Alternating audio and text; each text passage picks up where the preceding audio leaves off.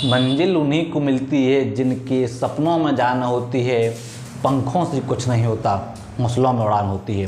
नमस्कार दोस्तों, मैं जयराम पटेल आजाद 3 स्टार क्लासेस में आप सभी का स्वागत करता हूं। दोस्तों, जीव विज्ञान से संबंधित आज हमारी 21वीं क्लास है और आज हमें पढ़ना है पाचन तंत्र। क्या पढ़ना है? पाचन तंत्र। तो हेडिंग डाल लीजिएगा, पाचन तंत्र।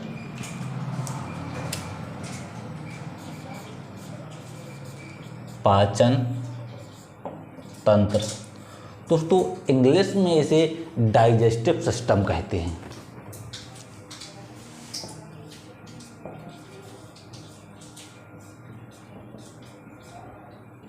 डाइजेस्टिव सिस्टम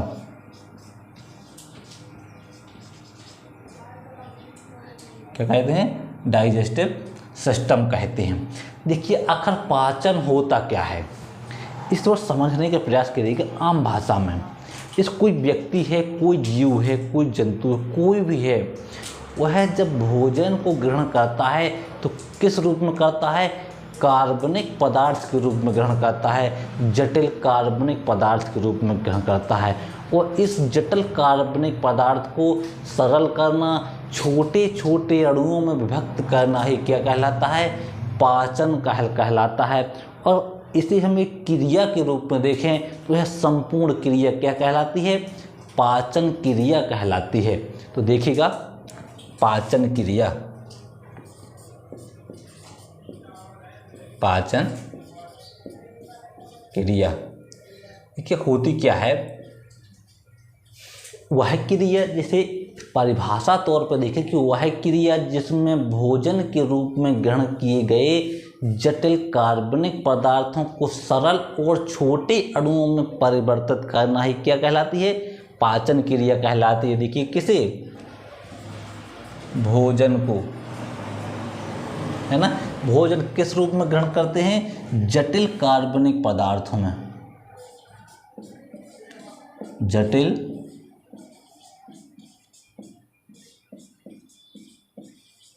कार्बनिक पदार्थ। जो हम भोजन ग्रहण करते हैं, भोजन को खाते हैं, उन्हें जटिल कार्बनिक पदार्थों के रूप में ग्रहण करते हैं। और इन्हीं कार्बनिक पदार्थों को सरल करना, क्या करना? सरल करना और छोटे छोटे अणुओं में परिवर्तित करना या छोटे छोटे अणुओं में विभक्त करना ही क्या कहलाता है? पाचन कहलाता है। क्या कहलाता है? पाचन कहलाता है। अब देखिए, कार्बनिक पदार्थ, हमें कार्बनिक पदार्थ पता होना चाहिए। क्या? कार्बनिक पदार्थ। देखिएगा क्या होते हैं कार्बनिक पदार्थ। जैसे जब हमने कार्बन उसे पढ़ रहे थे, हम कार्बनिक यौगिकों को पढ़ रहे थे, तो उसमें हम देखा था कार्बनिक पदार्थ के बारे में, जैसे कार्बोहाइड्रेट, वसा, प्रोटीन। जब हम इनका जल अपघटन करते हैं तो यह छोटे छोटे भागों में क्या होते हैं? विभक्त करते हैं। इनका परिवर्तन रूप साम के निकल के आता है। देखिएगा, जैसे कार्बोहाइड्रेट,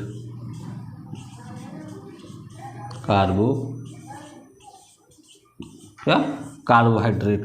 देखिए, जब हम कार्बोहाइड्रेट क्या है? एक कार्बनिक जटिल कार्बनिक पदार्थ है। जब हम इसका जल अपघटन करते हैं, किसका? कार्बोहाइड्रेट का, तो यह ग्लूकोज में विभक्त होता है। क्या होता है? ग्लूकोज में परिवर्तित होता है। वही हम दूसरे की बात करें,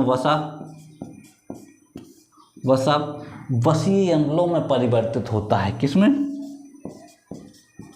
वसीय अम्लों में परिवर्तित होता है। देखिएगा,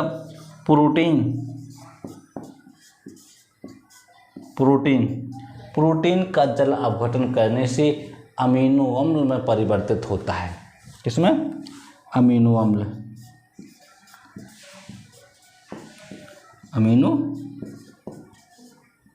अम्लों में क्या होता है? परिवर्तित होता है। तो यह संपूर्ण क्रिया क्या कहलाती है? पाचन क्रिया कहलाती है। एक बार इसे और सुनिएगा।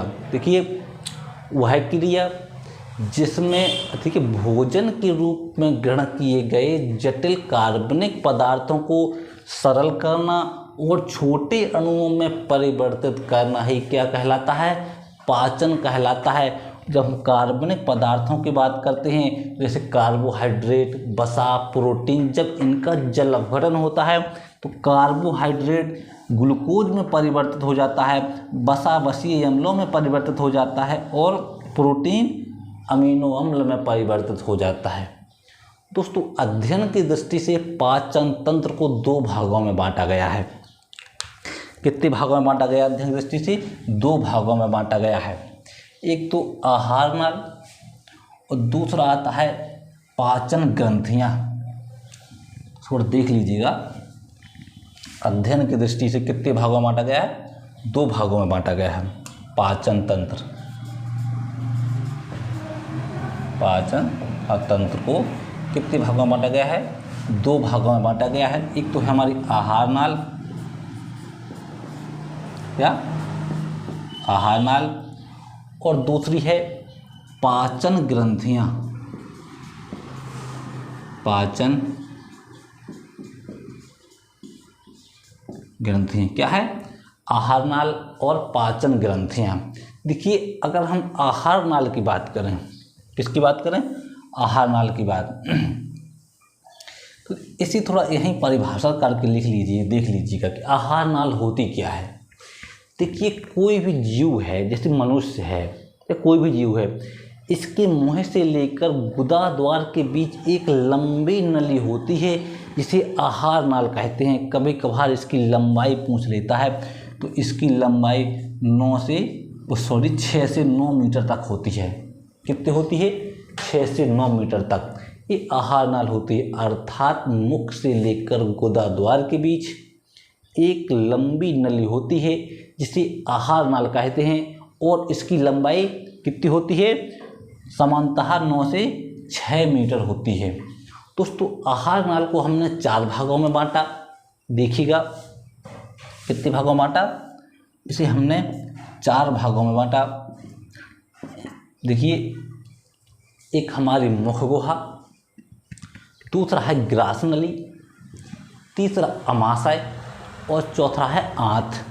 देखिएगा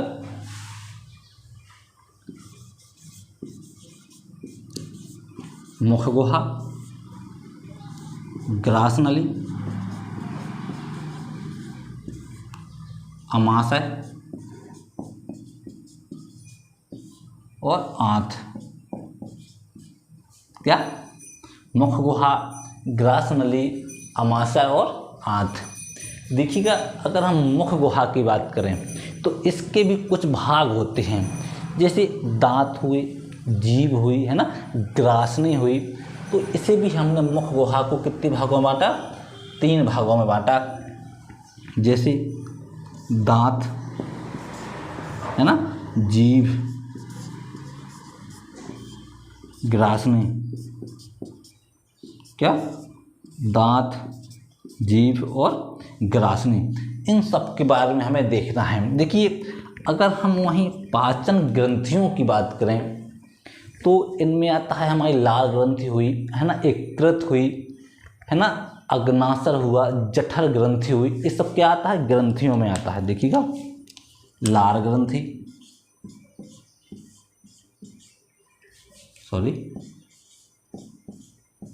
लार ग्रंथियाँ, यकृत, है ना, अग्नाशय, क्या, और चौथा जठर।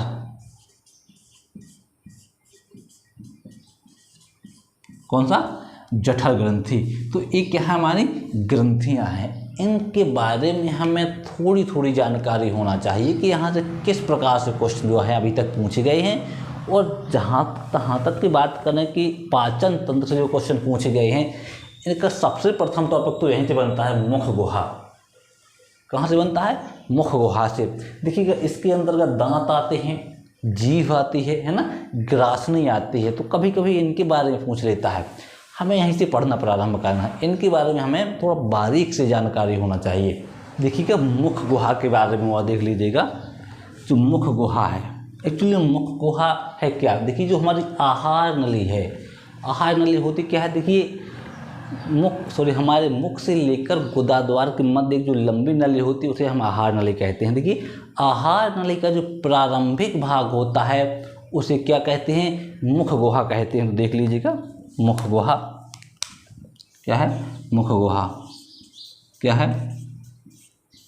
आहार नली का प्रारंभिक भाग क्या होता है? आहार नली का प्रारंभिक भाग होता है। क्या होता है? आहार नली का प्रारंभिक भाग होता है। देखिए अगर हम इसके आगे के भाग की करें, मुख गुहा का जो आगे का भाग होता है यह हमारे दांत है ना, ओंठ और गालों से घिरा हुआ होता है। देखिएगा मुख गुहा के आगे का भाग, आगे का क्या भाग? देखिए हमारे दांत, होंठ और गालों से क्या होता है? घिरा हुआ होता है।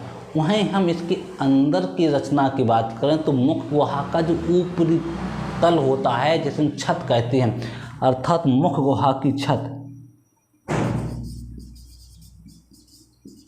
मुख गुहा की छत, इसे हम तलु कहते हैं। क्या कहते हैं? तलु कहते हैं। क्वेश्चन पूछा गया है कि मुख गुहा की छत को क्या कहा जाता है? तो इसे क्या कहा जाता है? तलु कहा जाता है। और इसके निचले भाग पर स्थित एक मसलनुमा संरचना होती है जिसे क्या कहते हैं? जीभ कहते हैं। देखिएगा इसके निचले भाग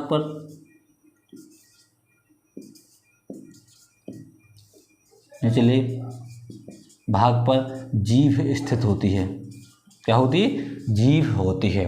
तो ये क्या है हमारा? ये मुख हो गया है ना, मुख गुहा के बारे में थोड़ा हमने। इसके बाद जो नली प्रारंभ होती है वो क्या होती है? ग्रासनी होती है। मुख में हमें थोड़ा दांतों के बारे में पता होना चाहिए है ना, जीभ के बारे में पता होना चाहिए। तो इसे साफ करते हूँ, हेडर डाल लीजिएगा जीभ।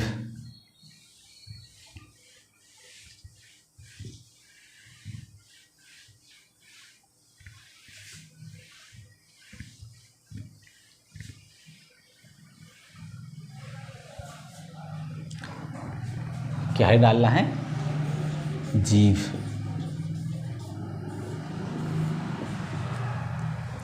एक्चुअली में जीभ होती क्या है? देखिए हमारे मुख गुहा में स्थित एक मसल्सनुमा संरचना है। क्या है? मसल्सनुमा संरचना है। अगर हम इसके कार्यों की बात करें तो यह भोजन को चबाने और निगलने के साथ साथ बोलने के काम आती है, बोलने में सहायक होती है। देखिएगा क्या है जीभ?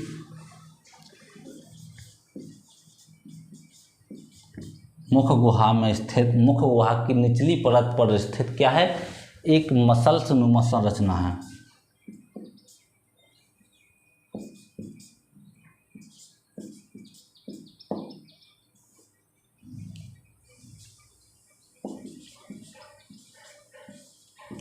मसल्सनुमा क्या है?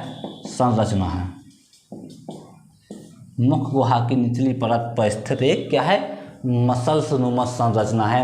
अगर हम वहीं इसके कार्यों की बात करें, देखिएगा कार्य, तो भोजन को निगलने,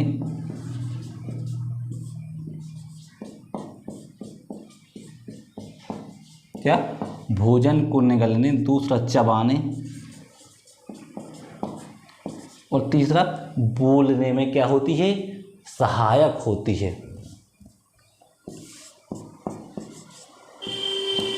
बोलने में सहायक होती है। सोचिएगा अगर व्यक्ति की जीभ काट ली जाए क्या स्थिति होगी उसकी, है ना? वो बोल नहीं पाएगा, तोतला हो जाएगा। तो क्या होती है? भोजन को निगलने में, चबाने में और बोलने में क्या होती है? सहायक होती है। चबाने से संबंधित समझ में नहीं आएगा कि भोजन को चबाने में जीभ कैसे सहायक होती है। देखिए जब हम भोजन को इस जबड़े से लेकर इस जबड़ा तक लेके आते हैं तो किसका इस्तेमाल करते हैं? जीभ का ही इस्तेमाल करते हैं। तो यह भोजन को चबाने में भी क्या है? सहायक होती है। दोस्तों जीभ में स्वाद कलिकाएं पाई जाती हैं। कितनी स्वाद कलिकाएं पाई जाती हैं देखिएगा, जीभ में 4 स्वाद कलिकाएं पाई जाती हैं। स्वाद कलिकाएं पाई जाती हैं। क्या पाई जाती हैं इसमें? 4 स्वाद कलिकाएं पाई जाती हैं। जो जीभ होती है ना, यह अपनी जो इसकी जो मांसपेशियां होती हैं, इसकी कार्यशीलता के अनुसार देखिए, जो भोजन होता है, जब उस व्यक्ति उसे ग्रहण करता है तो उसके स्वाद की अनुभूति करता है। क्या करता है? स्वाद की अनुभूति करता है। इसी कारण से जीभ जो होती है, इसमें 4 क्या पाई जाती हैं? स्वाद कलिकाएं पाई जाती हैं। अगर हम इसे संरचना के माध्यम से देखें तो इसकी संरचना कुछ इस प्रकार से होती है, देखिएगा, है ना, इस प्रकार से। जो जीभ का आगे का भाग होता है, देखिएगा, कौन सा भाग होता है? आगे का भाग, जो ए वाला भाग होता है आगे का, इससे मीठे स्वाद की अनुभूति होती है। इसकी मीठे स्वाद की अनुभूति होती है, मीठे स्वाद। इसके जस्ट पीछे की ओर देखें, अंदर की ओर देखें, देखिएगा, ए वाला भाग जो है, कौन वाला भाग? ए वाला भाग। इस भाग से नमकीन नुमा स्वाद की अनुभूति होती है। इसकी नमकीना स्वाद क्या होती है? नमकीने स्वाद की अनुभूति होती है। इसके जस्ट और अंदर दोस्तों यहाँ पर है ना, खट्टे स्वाद की अनुभूति होती है। कैसे स्वाद की अनुभूति होती है? खट्टे स्वाद की, खट्टे स्वाद, है ना। और जो दोस्तों इसके सबसे अंदर का भाग है, जीभ के सबसे अंदर का भाग है, इस भाग में कड़वे स्वाद कलिकाएं पाई जाती हैं, जहाँ से कड़वे स्वाद की अनुभूति होती है। देखिएगा, किस भाग स्वाद की अनुभूति होती है? कड़वे स्वाद की, कड़वे स्वाद की क्या होती है? अनुभूति होती है। तो कितनी स्वाद कलिकाएं पाई जाती हैं? 4 स्वाद कलिकाएं पाई जाती हैं। जो आगे का भाग है उसमें मीठे स्वाद की अनुभूति होती है।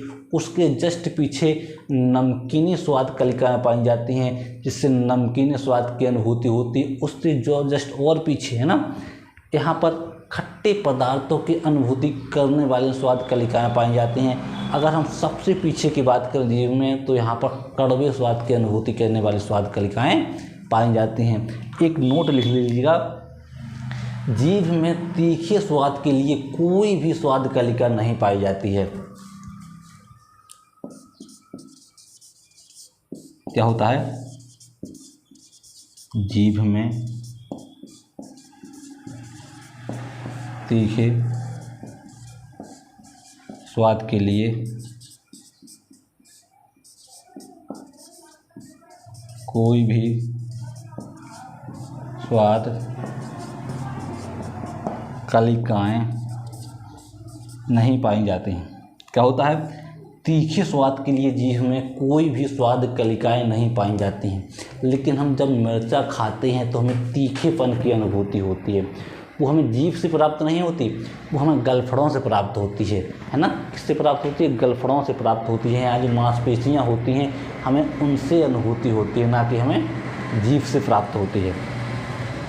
तो जीभ में कितने क्वेश्चन बनता है कि जीभ में कितने प्रकार के स्वाद कलिकाएं पाई जाती हैं, आगे के भाग से कौन सा स्वाद की अनुभूति होती है, पीछे के भाग से कौन से स्वाद की अनुभूति होती है ना। इस प्रकार के यहाँ से क्वेश्चन बनते हैं।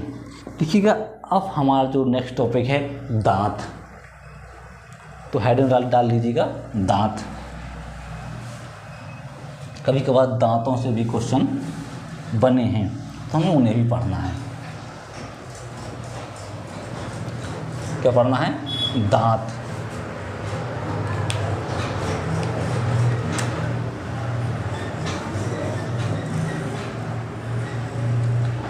दांत एक्चुअली में है क्या? देखिए, हमारे मुख गुहा में स्थित होते हैं, छोटे होते हैं, कठोर होते हैं और इनका रंग सफ़ेद होता है।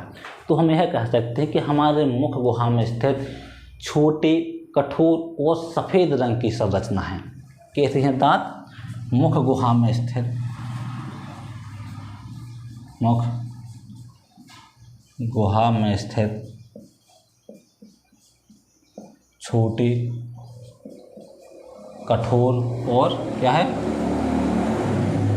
सफ़ेद रंग की क्या है, संरचना है ना। दांत छोटे, कठोर, मुख गुहा में स्थित एक सफ़ेद रंग की संरचना है।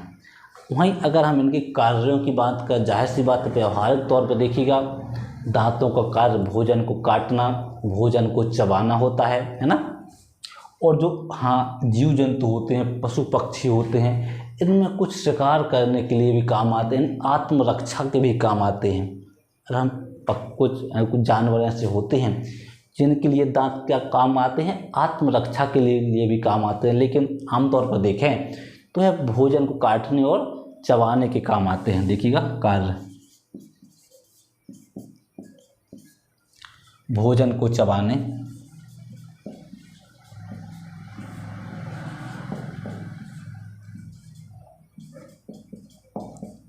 और काटने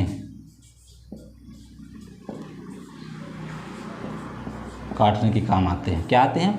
दांत भोजन को काटने और उसे चबाने के काम आते हैं। दोस्तों, दांत का निर्माण जो है वो ऊतकों से होता है। किससे होता है? ऊतकों से होता है, ना कि हड्डियों से। क्या होता है? जो विभिन्न प्रकार के अलग अलग घनत्व वाले ऊतक होते हैं जिनसे दांतों का निर्माण होता है। दांतों का निर्माण हड्डियों से नहीं होता। किससे होता? क्वेश्चन बनता ही बनता है कि दांतों का निर्माण होता अधिकांशतः लोग हड्डियों में टिक मार के आते हैं कि सफ़ेद हड्डी होती है, सफ़ेद दांत होते हैं, ऑप्शन यही सही होगा, लेकिन वो गलत है। दांतों का निर्माण अलग अलग घनत्व वाले ऊतकों से होता है, क्योंकि सभी दांत एक से नहीं होते हैं, दांत अलग अलग होते हैं, इसलिए इनका निर्माण कैसे होता है? देखिएगा, निर्माण क्या, निर्माण, दांतों का निर्माण अलग अलग घनत्व वाले ऊतकों से होता है। कैसे होता है? अलग अलग घनत्व वाले ऊतकों से होता है, हड्डियों से नहीं होता, हड्डियों से नहीं होता, है ना। दांतों का निर्माण कैसे नहीं होता? हड्डियों से नहीं होता। अगर हम इनके प्रकार की बात करें दोस्तों, दांत दो प्रकार के होते हैं, एक अस्थायी दांत और एक स्थायी दांत। जो अस्थायी दांत होते हैं, इस समानता आप लोगों ने देखा होगा, व्यवहार तौर पर देखिएगा, जैसे जो बच्चे होते हैं छोटे, जब वो 2 से 3 साल की उम्र में आते हैं तो उनके दांत निकलना प्रारंभ हो जाते हैं, और 8 साल के बाद, 6 से 8 साल के बीच में वो दांत क्या होते हैं? गिरना प्रारंभ हो जाते हैं। उसके बाद जो अलग दांत आते हैं, तो जो दांत गिरने के बाद जमते हैं, अर्थात जो दांत गिरते हैं, उन्हें क्या करते हैं? अस्थायी दांत कहते हैं। देखिएगा, दांत के प्रकार, दांत के प्रकार, देखिएगा, दांत दो प्रकार के होते हैं, एक स्थायी, अस्थायी और एक स्थायी। देख लीजिएगा, अस्थायी और एक स्थायी। दोस्तों, इनकी संख्या 20 होती है। जो अस्थायी दांत होते हैं, इनकी संख्या 20 होती है। यह सामान्यतः बच्चों में पाए जाते हैं। किन में पाए जाते हैं? बच्चों में, छोटे बच्चों में, बच्चों में। दोस्तों, मानव शरीर में 20 ऐसे दांत होते हैं जो पुनः जमते हैं। देखिएगा, मानव शरीर में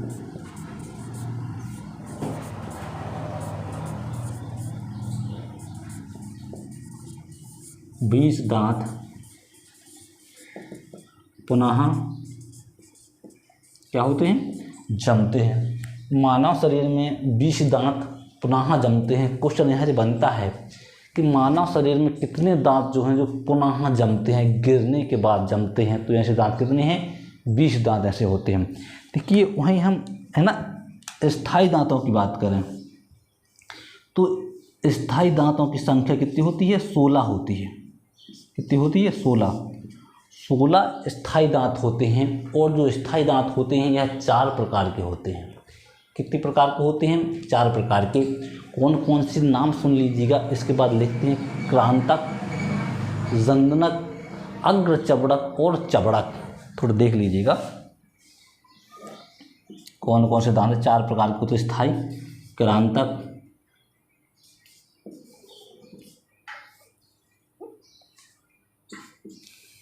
रंदनक,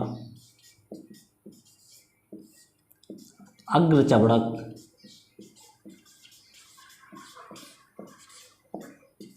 और चबड़क।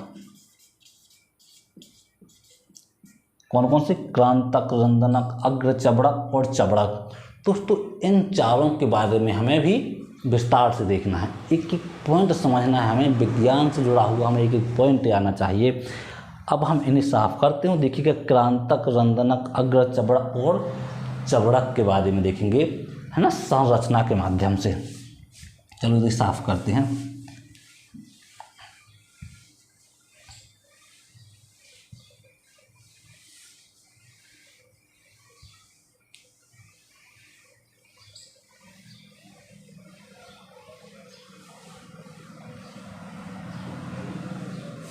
थोड़ा दांतों की संरचना बना लेते हैं। संरचना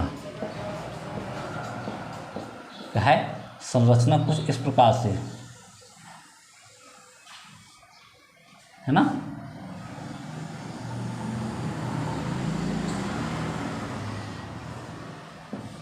मान लीजिए ये हमारे क्या है? जबड़े हैं। ये क्या है? ये हमारे जबड़े हैं। अब देखिए हमने देखा जो स्थायी दांत होते हैं वो 4 प्रकार के होते हैं और इनकी संख्या क्या होती है? 16 होती है। देखिए जो हमने पहला देखा था वो देखा था क्रांतक। क्या देखा था? क्रांतक। देखिए जो क्रांतक दांत होते हैं, क्या? क्रांतक दांत, यह 2 दांत नीचे होते हैं और 2 दांत ऊपर होते हैं। क्रांतक दांत सामने वाले जो दांत होते हैं, देखिए ये वाले दांत हैं, इन दांतों को क्रांतक दांत कहते हैं। इनका जो कार्य होता है भोजन को काटना। जिन दांतों से हम भोजन को काटते हैं, जो दांत अत्यधिक नुकीले होते हैं, ऐसे दांतों को क्या कहते हैं? क्रांतक दांत कहते हैं। देखिएगा क्रांतक दांत, 2 दांत ऊपर और 2 दांत नीचे। क्या होते हैं? 2 दांत ऊपर होते हैं, 2 दांत नीचे होते हैं। देखिएगा कहाँ 2 दांत इस वाले जगह हैं और 2 दांत ऊपर वाले दांत, ऐसे दांत क्या होते हैं? क्रांतक दांत होते हैं। वहीं हम इनके कार्यों की बात करें। कार्य देखिएगा, भोजन को काटना, भोजन को क्या करना? काटना, है ना। अत्यधिक नुकीले होते हैं। कैसे होते हैं? अत्यधिक पैने दांत होते हैं, नुकीले दांत होते हैं। जो हमने दूसरे दांत देखे थे वो देखे थे रंदनक। कैसे दांत देखे थे? रंदनक। ध्यान दीजिएगा, रंदनक दांत। थोड़ा रंदनक दांत जो होते हैं ना, क्रांतक दांत के अंदर के बात होते हैं, अंदर की ओर होते हैं। क्रांतक दांत सामने होते हैं, इसके जो जस्ट अंदर होते हैं उन्हें रंदक दांत कहते हैं। यह भी देखिए, एक दांत ऊपर होता है और एक दांत नीचे। क्या होता है? नीचे होता है। इसका जो कार्य होता है भोजन को चीरना फाड़ना, चीरना फाड़ना। क्या कार्य होता है? भोजन को चीरना और फाड़ना। इसके बाद जो हमने नेक्स्ट दांत का प्रकार देखा था स्थायी दांत का, वो देखा था अग्र चबड़क। क्या देखा था? अग्र चबड़क।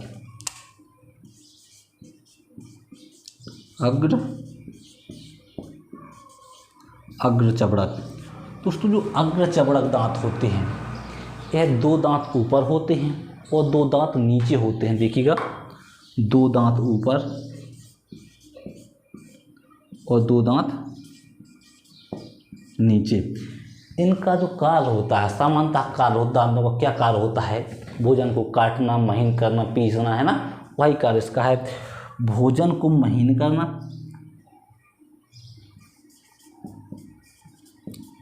भोजन को पीसना और काटना। क्या होता है? भोजन को पीसना और काटना। एक और दोस्तों चौथा होता है चबड़क दांत। क्या होता है? चबड़क।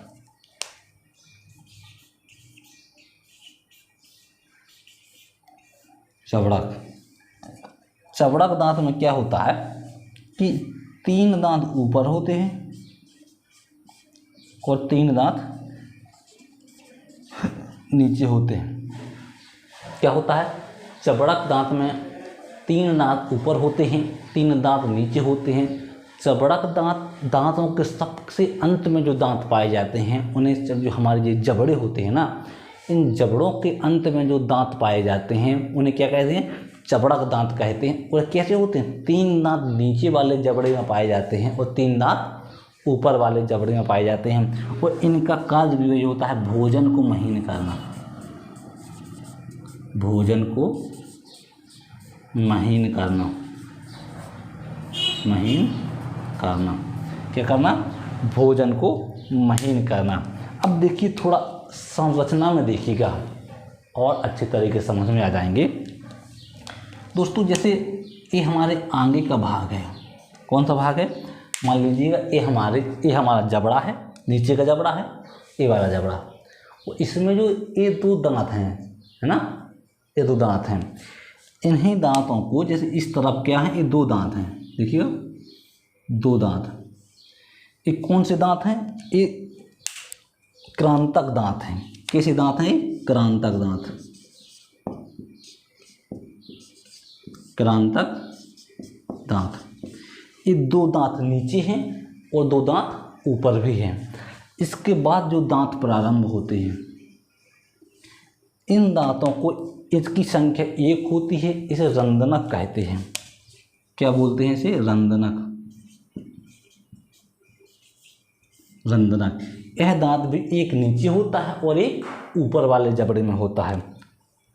इसके बाद चलेंगे, जब हम यहाँ आएंगे तो यहाँ में 2 दांत और मिलेंगे दोस्तों। इन दांतों को हम अग्र चबड़क कहते हैं।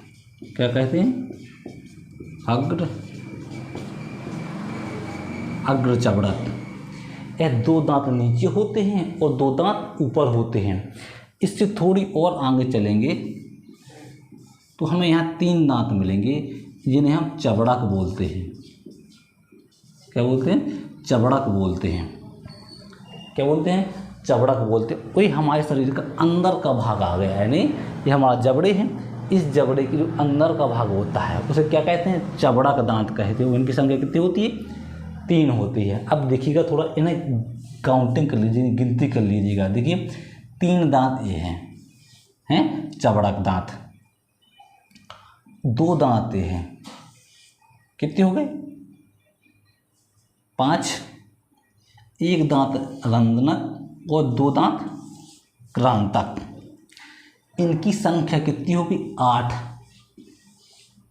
है ना। ये हमारे एक तरफ का भाग है, इस तरफ का भाग मान लीजिएगा, नीचे का भाग इस तरफ का। इनकी संख्या कितनी होगी? 8। अब दोस्तों यही दांत इस तरफ भी तो होंगे, तो इनकी संख्या 8 इधर हो गई। तो यानी जो हमारे नीचे का जबड़ा होता है, इसमें दांतों की संख्या कितनी होती है? 16 होती है। और हमने देखा जितने दांत नीचे होते हैं उतने ही दांत ऊपर होते हैं। अर्थात वयस्क मानव शरीर में दांतों की संख्या 32 होती है। लिख लीजिएगा, वयस्क मानव शरीर में दांतों की संख्या 32 होती है। अर्थात 20 ऐसे दांत हैं जो मानव के जीवन काल में पुनः उत्पन्न होते हैं, पुनः जमते हैं। कितने दांत ऐसे हैं? 20 दांत ऐसे हैं। दोस्तों यहाँ से एक क्वेश्चन और बना है, जो चबड़क दांत होते हैं, अर्थात जबड़े के जो अंदर वाले दांत होते हैं, पीछे के अंदर वाले दांत होते हैं, जिन्हें हम चबड़क दांत कहते हैं, अर्थात जबड़े के अंदर वाले दांतों को बुद्धि दांत कहते हैं। अंतिम दांत को क्या कहते हैं? बुद्धि दांत कहते हैं। देखिए हम इसे किस प्रकार से लिख सकते हैं, हम इसे लिख सकते हैं कि जबड़े के अंदर उपस्थित दो दांतों को क्या कहते हैं? बुद्धि दांत कहते हैं। अंदर कौन से दांत उपस्थित होते हैं? चबड़क दांत उपस्थित होते हैं। तो हम कह सकते हैं कि अंतिम दो चबड़क दांतों को क्या कहते हैं? बुद्धि दांत कहते हैं। लिख लीजिएगा, जबड़े के प्रत्येक जबड़े के प्रत्येक जबड़े के अंदर उपस्थित दो दांतों को क्या कहते हैं? बुद्धि दांत कहते हैं। किन दांतों को? जैसे अंदर ये जो दांत उपस्थित है ना, ये वाले दांत, इन्हें क्या कहेंगे? बुद्धि दांत, है ना, बुद्धि दांत कहेंगे। तो एक क्वेश्चन और यहाँ से पूछे जाने की संभावना है ना, वो बनता है जो हमारे दांत होते हैं, जैसे दांत की इस प्रकार कुछ संरचना मान लीजिए, दांत की इस प्रकार से संरचना है दांत की, है ना, ये उसकी जड़ें हैं, है ना। तो दोस्तों दांत का जो ये वाला भाग होता है, एक कैसा भाग होता है? सफेद भाग होता है। वो दांत की जो ऊपरी परत होती है उसे इनेमल कहते हैं। क्या कहते हैं? दांत के ऊपर की परत को इनेमल, इनेमल कहते हैं। दांत की ऊपर की परत को इनेमल कहते हैं। दोस्तों इनेमल है, यह मानव शरीर में उपस्थित सबसे कठोर संरचना है। कैसी संरचना है? मानव शरीर में उपस्थित सबसे कठोर, सबसे कठोर क्या है? संरचना है। अर्थात दांत का ऊपर का भाग जिसे हम इनेमल कहते हैं, और इनेमल मानव शरीर में उपस्थित क्या है? सबसे कठोर संरचना है ना। तो दांतों की संख्या कितनी होती है? संख्या देखिए इनकी 32 होती है। संख्या कितनी होती है? 32। 20 दांत ऐसे होते हैं जो पुनः जमते हैं, है ना। 8 दांत, कभी कभी पूछ ले सकता है कि रंधक दांत कितने होते हैं, है ना, इस रंधनक कितने होते हैं, क्रांतक कितने होते हैं, अग्र चबड़क कितने होते हैं। जब इस प्रकार की काउंटिंग की बात करें तो देखिएगा, जब यहाँ से देखिएगा क्रांतक दांत की बात करता, क्रांतक दांतों की बात करें, देखिए ये एक जबड़े की बात है कि 2 दांत नीचे होते हैं, 2 दांत ऊपर होते हैं, है ना। इसी प्रकार कितने हो गए? 4 ये हो गए, ये कहाँ के हो गए? नीचे के हो गए। और ऊपर के 4 ऊपर के, तो कितने हो गए? 8। जब 8 ये दांत हो गए, देखिएगा 8 कितने हो गए? क्रांतक दांत हो गए। वहीं 4 रंधनक दांत हो गए, है ना, और 8 कौन से दांत हो गए? अग्र चबड़क दांत हो गए। और देखिएगा ये 12, 6 दूने 12, क्योंकि 6 नीचे और 6 ऊपर के, 12 कौन से दांत हो गए? चबड़क दांत हो गए। अगर हम इन्हें काउंट करें तो इनकी संख्या कितनी हो जाती है? 32 हो जाती है, 32। तो दांत कितने होते हैं? 32 होते हैं। सबसे कठोर भाग कौन सा है? देखिएगा इनेमल, जो दांतों का सफ़ेद भाग होता है, तो बाहरी परत होती है दांत की, जो बाहरी परत होती है इसे इनेमल कहते हैं। वह मानव शरीर में उपस्थित क्या होती है? सबसे कठोर भाग होता है ना। ये तो था हमारा पाचन तंत्र से संबंधित जो एक आहार नाल, क्या था? आहार नाल से हमने जो एक टॉपिक पढ़ा था, मुख गुहा, उससे संबंधित टॉपिक था हमारा ये। हम जो अपने अगली क्लास में पढ़ेंगे, है ना। हाँ, थोड़ा इसमें एक और वो रह गया है, वो और देख लीजिएगा। ग्रासनी, क्या? ग्रासनी एक टॉपिक और रह गया है, एक छोटा सा है, डाल लीजिएगा। ग्रासनी, क्या? ग्रासनी, ग्रासनी। एक्चुअली ग्रासनी क्या होती है दोस्तों? जो हमारे मुख है ना, मुख गुहा के जो अंदर वाली नली होती है उसे हम ग्रासनी कहते हैं। और इस ग्रासनी में है ना भोजन को निगलने का मार्ग और श्वास लेने का मार्ग होता है। क्या होता है? यह लगभग 12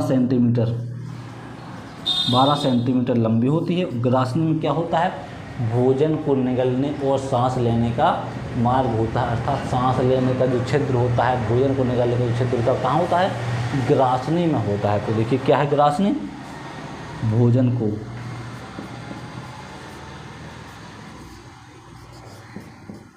निगलने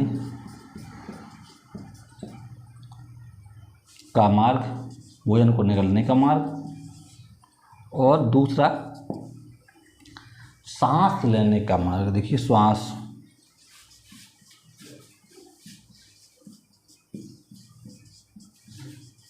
क्या है? श्वास लेने का मार्ग कहाँ अवस्थित है? ग्रासनी में अवस्थित है। क्वेश्चन यहाँ से किस प्रकार से बनता है? क्वेश्चन बनता है कि भोजन को निगलने का मार्ग या श्वास लेने के मार्ग को क्या कहते हैं? तो इसे हम क्या कहते हैं? ग्रासनी कहते हैं। क्या कहते हैं? ग्रासनी कहते हैं। आज की हमारी क्लास यहीं समाप्त होती है।